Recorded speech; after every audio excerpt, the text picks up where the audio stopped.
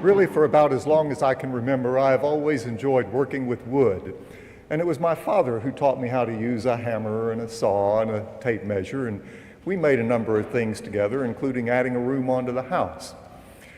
But moving up to my time here at UBC, I guess it was probably 25, maybe 30 years ago that Ken Steele said to me, "Can you build some kind of a platform inside the baptistry that we could use for musicians to stand on during big musical performances?"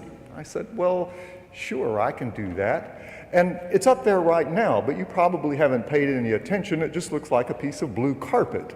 But underneath it is all that framing that I put together, and we can put that up or take it down in about an hour, hour and a half, depending on how tired you're feeling.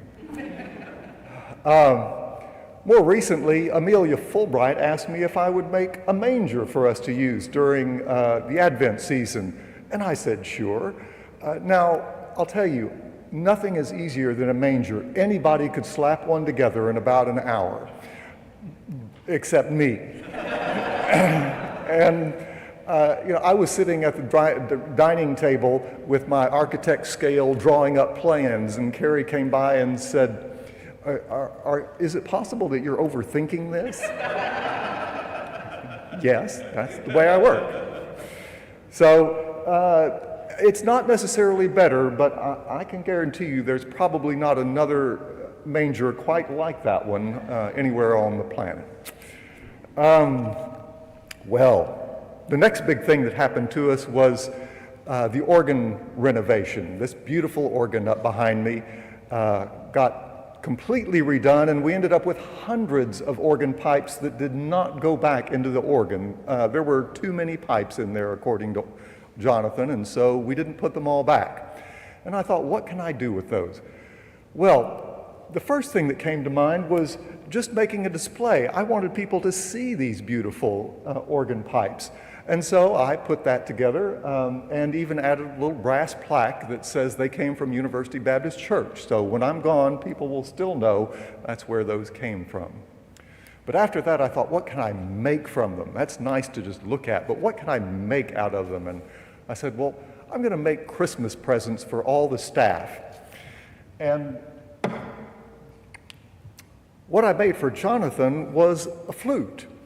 And this is a part of a big organ pipe. This part is called the toe, and it sends the air up into the body of the pipe.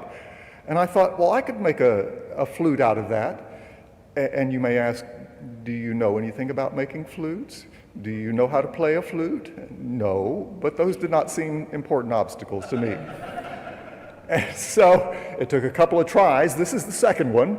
But December came along, and we had a staff meeting, and we handed out the presents, and people were looking at them. And suddenly I'm hearing these notes, and then Jonathan is playing a Christmas carol on this flute that he's never seen before. He's just amazing. He can just pick that up and start making music with it. What did I do next? What's next, Kai? Ah, yes, an offering box.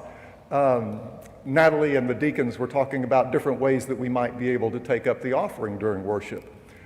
So I said, well, I can make an offering box out of one of the big pipes, and it's back there in the back now next to the reception table, so if you want to take a look at it, you can. If you want to put some money in it, we'll put it to good use. After that, my most ambitious project, I really wanted a desk for my office, and I was beginning to think that I could make anything out of organ pipes at this point, so I was going to make a desk out of organ pipes. Those are the organ pipes that I chose down at the alley entry on their way out of the church to become a desk. There are 4 smaller ones, which would become the legs of the desk, and then those 4 bigger pipes would become everything else. I took those big pipes over to David Strickland's uncle's workshop and borrowed his table saw and ripped them down until they were just plain flat boards again. And then I glued them together to make a top for the piece and everything else that needed to go underneath it to hold that up. And it turned out like that. And I would be lying to you if I pretended that I was not proud of my work that I did on that desk. I am. But there's more to it than that. every time I walk in the office, I'm just in awe of it. I think it's so beautiful. I walk over and I run my hand across the surface of the desk, and I look at the colors of the wood grain. And I don't think you can see it in the picture, but the organ pipes also had information stamped on them. And so it would say things like F and a rank number. And so I used the D sharp, E, F, and F sharp to build that. And that information is still on the top of the desk there, so I can see that. And remember, when those pipes were making music here in the sanctuary year after year. It was just a few weeks ago that I talked to you about the Holy Spirit being inside you, alive, breathing, creating things through you. And I have to say, I really felt that with this project. It took me a year to build this desk. And all that time, I felt like the Spirit was moving in me, helping me to find a way to create something new out of this something that was old. And I'm just very grateful to have been a part of that.